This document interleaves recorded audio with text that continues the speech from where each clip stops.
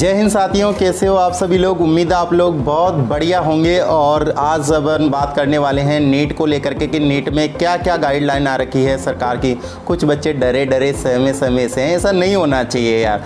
अरे आप लोग डॉक्टर्स बनने जा रहे हो, आप लोगों को पता नहीं है कुछ गाइडलाइन का, तो मैं आप लोगों के लिए मदद के लिए आया हूँ आज वीडियो बनाने के लिए, क्योंकि बहुत सारे बच्चों के फ़ोन आ रहे हैं कि सर मतलब किस तरीके से कैसे करें, क्या गाइडलाइन है। टेंशन नहीं लेने का, बिल्कुल बिंदास, वही नॉर्मल एग्जाम है। कोविड की वजह से एक दो कोई बड़े चेंजेस आए हैं तो मैं उनके ऊपर अभी चर्चा कर लेते हैं। अपन बात कर रहे हैं अपन मतलब गवर्नमेंट ने क्या महत्वपूर्ण निर्देश दे रखे हैं। तो उन्होंने यही कर रखा है कि भाई आप सबसे पहले तो अपने A4 साइज़ का जो एडमिट कार्ड है, बिना एडमिट कार्ड के कोई अलाउ नहीं होगा। तो सभी एग्जामों में बिना एडमिट कार्ड के कोई अलाउ नहीं होता है। और आप समय पे आपको हिदायत ये दी जाती है कि आप एग्ज़ाम सेंटर पे हैं वो पहले दिन पहुंचने की कोशिश करें। अगर आप मेन डे जा रहे हो, गाड़ी व्हीकल्स वगैरह ख़राब हो गई तो उसके जिम्मेदार है वो NTA नहीं रहेगी, नेशनल टेस्टिंग एजेंसी जो है वो नहीं रहेगी, आप खुद होंगे। तो आप समय पे पहुँचें और रिपोर्टिंग टाइम पे जो भी रिपोर्टिंग टाइमिंग आपके एडमिट कार्ड में दे रखा है उस रिपोर्टिंग टाइमिंग में आप लोग पहुँचे। आप लोगों को ये हिदायत दी जाती है कि एग्ज़ाम हॉल में इंटर करें तो सबसे पहले जैसे रोल नंबर वगैरह है वो मैच करवा लें, एग्जामिनर से अपनी उचित जगह पे बैठें, ठीक है ना। OMR ध्यानपूर्वक भरें। अगर OMR में किसी प्रकार की कोई प्रॉब्लम्स होगी तो वो आपकी खुद की प्रॉब्लम रहेगी। दूसरी सीट पर ना बैठे, ये नहीं हो कि आप मतलब किसी दूसरे की सीट पर बैठ गए, OMR भर दी या इस तरीके की हरकत, वो भी नहीं होनी चाहिए आप लोगों की। यानी एक पेशेंस के साथ में आपने, क्योंकि डॉक्टर का सबसे बड़ा जो दिमागी रूप होता है वो होता है पेशेंस वाला दिमाग, धैर्य वाला दिमाग। यानी आप लोगों को बड़े धैर्य के साथ में मुस्कुराते हुए एग्ज़ाम देना है और ये मुस्कुराहट आपकी ज़िंदगी की सबसे बड़ी मुस्कुराहट होने वाली है। और आपसे ये भी सलाह दी जाती है कि एग्ज़ाम ख़त्म होने के बाद में कुछ बच्चे जैसे OMR वगैरह छोड़ करके भग जाते हैं, पहले उठ करके भगने की लगे रहती है, बस वगैरह। अरे भाई ये बस है, एक दिन रुक जाना, वो कोई दिक्कत नहीं है। बस की गाड़ी की इस तरीके की अगर प्रॉब्लम है, मेरे मम्मी पापा भीड़ में मैं कैसे ढूंढ पाऊँगा। आप बच्चे नहीं हो, आप डॉक्टर बनने जा रहे हो। अगले साल से आपका भाई MBBS में सिलेक्शन होगा तो कल दिन आप मेडिकल कॉलेज में जाओगे, तो इतनी वो चीज़ नहीं है। आप लोग आराम से पेशेंस से, जब आपको इन्विजिलेटर यानी जो परिवीक्षक है एग्ज़ाम में जो आपका एग्ज़ाम ले रहा है वो कह दे कि हाँ आपका काम हो चुका है और आप लोग जा सकते हैं, तभी अपनी सीट छोड़ें, भगे नहीं। कुछ समय के लिए मिलती है वो सीट, और सीट पे बैठने के भाई पैसे दिए आप लोगों ने, खूब सारे पैसे लिए NTA ने, तो वो नहीं कि जल्दी से 3 घंटे उसका मजा लें, 3.25 घंटे लो मजा, कोई दिक्कत नहीं है। जब तक हाँ ये भी नहीं हो कि अगले वाला बोल दे और आप लोग वहाँ बैठे रहो, बेटा उठ करके आपको आ जाना जब वो बोल दे तो, ठीक है। कोविड-19 के जो भी है, अब कुछ बच्चे ये प्रॉब्लम्स लेकर के बार बार कॉल कर रहे हैं कि सर वो 3 पन्ने और डाउनलोड करें क्या। अरे भाई वो उस लिए डाउनलोड करवा रहे हैं आपसे कि कुछ बच्चे कहते हैं कि साहब हमें तो इस चीज़ का पता ही नहीं था। अरे भाई साहब पता नहीं था तो आप लोगों को वो क्या कहेंगे कि भाई निकाल तेरा एडमिट कार्ड निकाल, और अब इसमें देख ये रूल लिखा हुआ नहीं है इतने नंबर पे, बोले लिखा हुआ। इसलिए वो कह रहा है कि कुछ बच्चे जैसे कंजूसाई में कि हमें तो पता ही नहीं था, तो उनको है। अगर जैसे मान लो जिन्होंने मेरा वीडियो देख लिया तो उनकी वो ज़रूरत नहीं पड़ रही है कि आपको मतलब 2 अलग से, मान लो कि आपको ज़रूरत पड़ रही है कि वो पेज भी लो।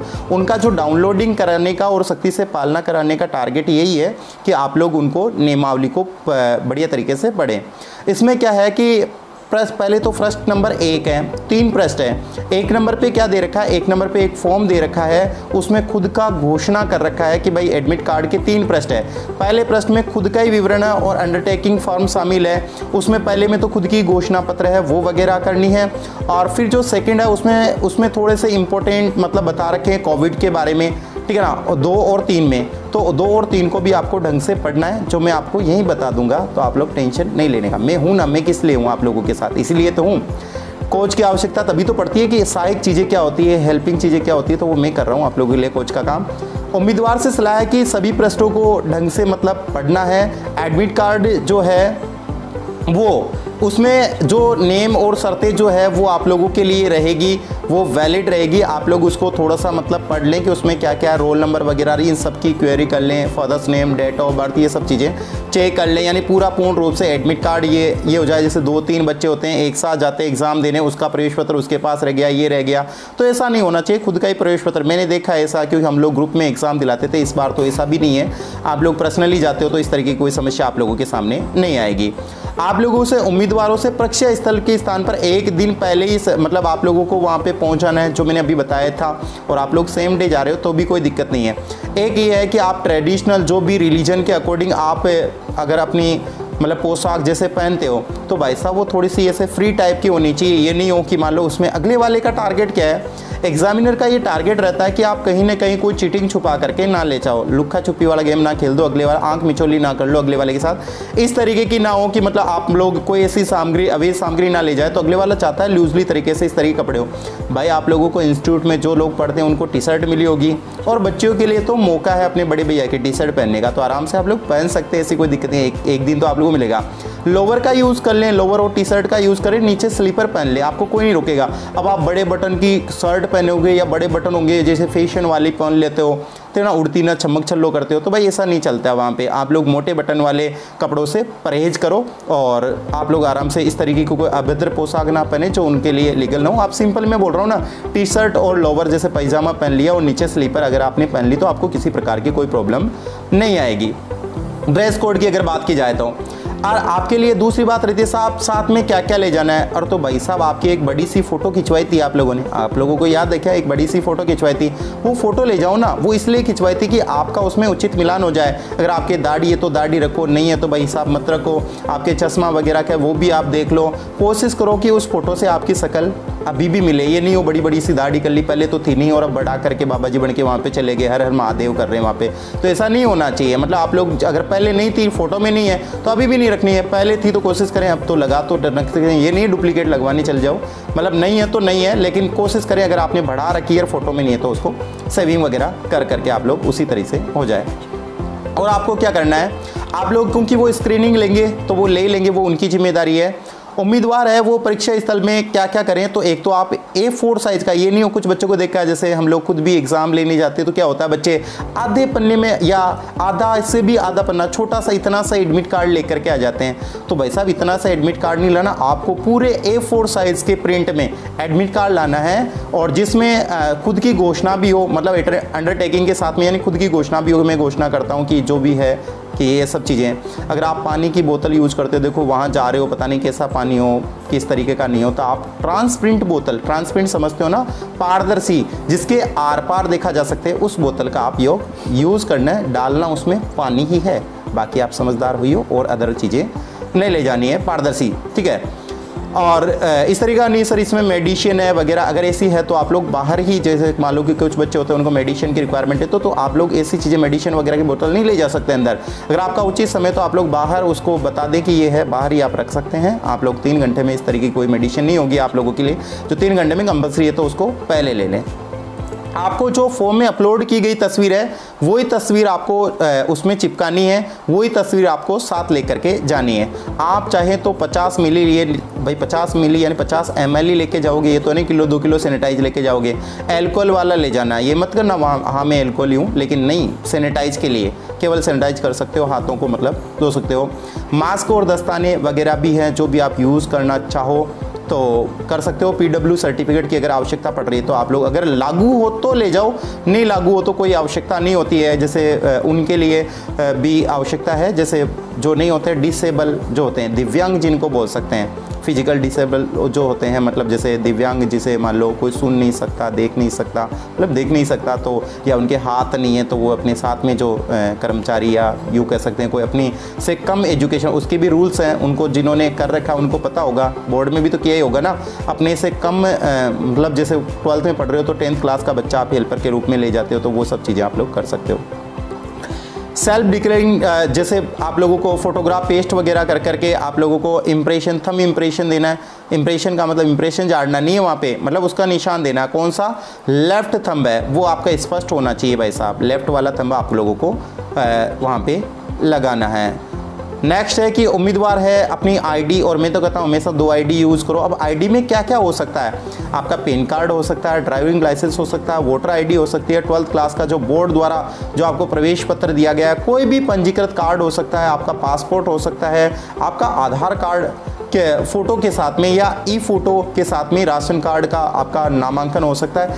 ये सब चीज़ें आप लोग आईडी के रूप में ले जा सकते हैं कि आईडी की फ़ोटोकॉपी आप लोग ले जा सकते हैं। ध्यान रहे ओरिजिनल कॉपी भी साथ रखना। कुछ बच्चे सर मेरे मोबाइल में, अरे भाई साहब मोबाइल में नहीं चलेगी, नहीं चलेगी, नहीं चलेगी, बिल्कुल नहीं चलेगी। मोबाइल वाली वैलिड नहीं है। अगर आपके मोबाइल में है तो भाई साहब मोबाइल वाली स्कैन की हुई मोबाइल वाली आईडी आपको वहाँ पे वैलिड नहीं करेंगे। ठीक है ना, वो नहीं मानी जाएगी। अगर आपको मान लो कि शैक्षणिक योग्यता आदि पासपोर्ट, वही रूल है, घुमा फिरा करके वही है। जैसे वैध सरकारी पहचान पत्र, स्व घोषणा का जो भी है संबंध है, उसमें स्व का घोषणा पत्र है, वो सब उसमें दे रखा है। कैंडिडेट के जरूरी है उसका स्क्रब पात्रता के अनुसार हो, वो भी हो गया।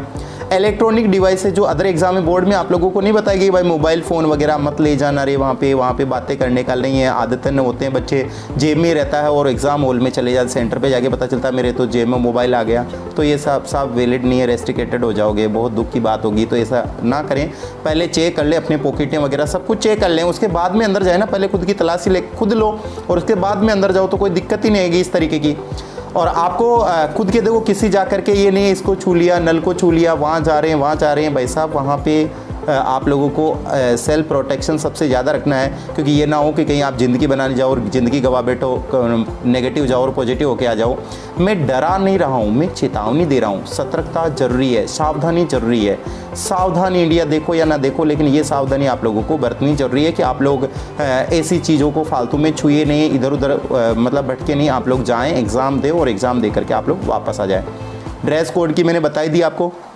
आप लोग जूते यूज़ करते हैं तो पहली बात हो खुले जूते यूज ही क्यों करो। अब कईयों के जैसे मान लो कोई विकलांग है इस तरीके, तो उसका तलवा वगैरह है वो मतलब मोटा नहीं होना चाहिए, इस तरीके की है। और मैं तो कहता हूँ बड़े बटन वाले जो हैं, तो मैं तो बता रहा हूँ ना आपको, ड्रेस कोड मैंने बता दिया, टी शर्ट, लोअर पायजामा और आपको स्लीपर वाली जो छोटी छोटी जो चप्पल आती है सबसे सस्ती, ठीक है ना, वो यूज़ करना। एक बार पहन के तो देखना, आप महंगी महंगी तो रोज़ पहनते हो, पहन के देखना सस्ती में कितना मज़ा आता है, गरीब व्यक्ति कैसे जीवन जीता है या उसको कितना दर्द होता है या किस तरीके की उसकी स्लीपर होती है। एक बार पहन के देखो, ज़िंदगी में आपको पता है खूब पैसे कमाओगे, खूब आप लोग सेवा करोगे दुनिया की, बहुत अच्छे महंगे महंगे पहनोगे। एक बार ये वाले भी पहन के देख लो कपड़े, ठीक है। और आपको ओमार का मतलब ओमार वगैरह अगर आपने एडमिट कार्ड अगर आपने नहीं दिखाया है या उनको नहीं सौंपा है, तो भाई साहब आपकी ओमार सीट वगैरह और वो सब चीज़ें खारिज हो जाएगी। आप लोग उनसे पूछ करके काम कर लें, ठीक है ना, उनसे इंक्वायरी कर लें। लेकिन आप लोग स्व विवेक से ज़्यादा काम इतना ना करें कि कुछ पता ही नहीं हो और अपन लोग मतलब वहाँ पे एक्स्ट्रा ऑर्डनरी बनना है, तो भाई साहब आपको एक्स्ट्रा ऑर्डनरी नहीं बनना है। आपके वहाँ पे कार्यालय प्रतिलिपि भी है जो आप लोगों को वहाँ उनको देनी है, तो वो सब चीज़ें आप लोग तैयार रखें। मैं तो कहता हूँ लास्ट में मैं बता दूंगा इनका सारांश रूप से ये लोग क्या कहना चाहते हैं, ठीक है ना। एनटीए क्या कहना चाहता है आपसे, आपको अनुचित साधन को नहीं अपनाना है कि और मतलब इसमें अगर लिप्त पाया जाया गया और सीसीटीवी कैमरे लगे हुए हैं भाई साहब, तो ध्यान रहे, ठीक है ना, आप कैमरे की नज़र में मुस्कुराते रहें, ठीक है ना, ऐसा काम ना करें, केवल मुस्कुराते रहें। उम्मीदवार को सलाह दी जाती है कि नियमित रूप से एनटीए की वेबसाइट देखें। कोई भी अगर नीट यूजी से कोई अपडेट आएगा तो आपके मोबाइल या ईमेल एड्रेस पे आपको एसएमएस या मेल बॉक्स में मिल जाएगा। तो अभी तक तो कोई अपडेट आया नहीं है, आएगा तो ये मान के चलो कि मैं सबसे पहले अपडेट आप लोगों को उपलब्ध करवाऊँगा, ये जिम्मेदारी मेरी है। तो आप लोग वहाँ नहीं जा सकते हैं तो एटम क्लासेस की जो ID है कौन सी यूट्यूब वाली, उस पर या मेरे व्हाट्सअप स्टेटस पे आप लोग मतलब ले सकते हैं। और ये इंग्लिश और हिंदी में आप चाहें तो, अगर आपने प्रिंटर नहीं निकलवाया, अगर आपके पास में प्रवेश पत्र है, आप चाहते हैं कि ये दोनों पन्ने हिंदी और इंग्लिश दोनों में आपको मिले, तो आप मुझे व्हाट्सअप कर सकते हैं। व्हाट्सअप नंबर आपको डिस्क्रिप्शन में मिल जाएंगे या मैं दे देता हूँ 9636833366 9636833366। इन नंबरों पे आप व्हाट्सअप कर सकते हैं। आप लोगों को ये इसकी PDF मिल जाएगी, आपको इसकी सॉफ्ट कॉपी भी मिल जाएगी। आप अपने मित्र को किसी को सेंड करना चाहते हैं तो सेंड कर सकते हैं। अब अपन मोटे तौर पे मैं आप लोगों को बता दूं, आप लोग मास्क वगैरह यूज़ करें, सैनिटाइज वगैरह यूज़ करें, फालतू की सामग्री अपने साथ में ना ले जाएँ और आप लोग बढ़िया तरीके से शानदार तरीके से जाएँ। 2 ID ले जाएँ, दोनों की फ़ोटोकॉपी ले जाएँ, 2 फ़ोटो ले जाएँ, पेरेंट्स साथ में है, बाकी कोई आप लोगों को दिक्कत आने वाली नहीं है। आप लोग इन कोविड के चक्कर में, ये नहीं कि इसके डर के चक्कर में आप लोग एग्ज़ाम की आपकी एफिशिएंसी है या आपकी जो प्रोग्रेस है या आपकी जो परफॉर्मेंस है वो गिर जाए। आपकी परफॉर्मेंस नहीं गिरनी चाहिए, आपकी परफॉर्मेंस लाजवाब होनी चाहिए, धांसू होनी चाहिए, देखने लायक होनी चाहिए, यानी सब लोग उसको देखें, यानी घर वाले देखें, गाँव वाले देखें। और हाँ, सबसे बड़ी मेरी एडवाइस जो रहती है वो 2-3 मैं यहाँ पे बताता हूँ। एक तो फर्स्ट ऑप्शन को टिक करना है, आपको केवल फर्स्ट ऑप्शन को टिक कर दिया तो वो कर ही दिया। दोबारा उसको तभी देखना जब आपको लगे कि नहीं ये कंफर्म गलत है, कंफर्म अगर डाउटफुल है तो फर्स्ट ऑप्शन टिक किया हुआ है वो हमेशा राइट रहता है, मैं अक्सर बच्चों से कहता हूँ। दूसरा जो सबसे बड़ा जो मुद्दा रहता है वो रहता है कि साहब उस एग्ज़ाम हॉल में पड़ोसी को ना देखें, ठीक है ना। पड़ोसी को देखने का मतलब उसने क्या किया, उसने क्या किया, अभी तो किसने किया ही नहीं है।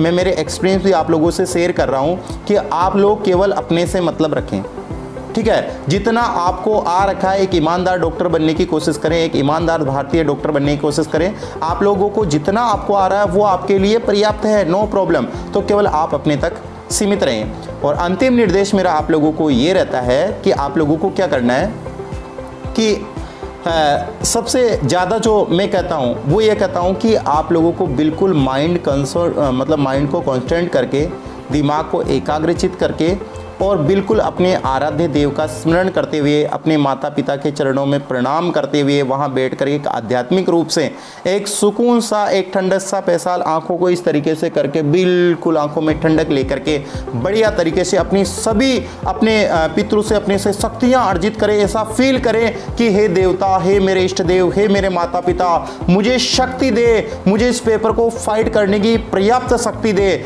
मैं एक भारत के लिए एक अच्छा डॉक्टर बनने जा रहा हूँ, मैं एक बहुत बड़ा काम करने जा रहा हूं, मुझे शक्ति दें। और उस समय जो परहेज करना वो इससे करना है कि कहीं आपके दिमाग में ये तो नहीं चल रहा कि यार मैं सफल होऊंगा तो मैं क्या करूंगा, मैं असफल होऊंगा तो क्या करूंगा। ये कभी भी दिमाग में नहीं लाना। अगर ये ले आए तो पेपर बिगड़ना ही है। इसलिए इस चीज़ से अवॉइड करें कि मेरा फ्यूचर क्या होगा। आपका फ्यूचर ब्राइट होगा, क्योंकि अगर आपने अच्छी मेहनत की है तो आपका ब्राइट होगा। अगर आपने मेहनत कम की है तो हो सकता है आपका फ्यूचर अगले साल बन जाए, और कम की है तो हो सकता है अगले साल बन जाए, ठीक है ना।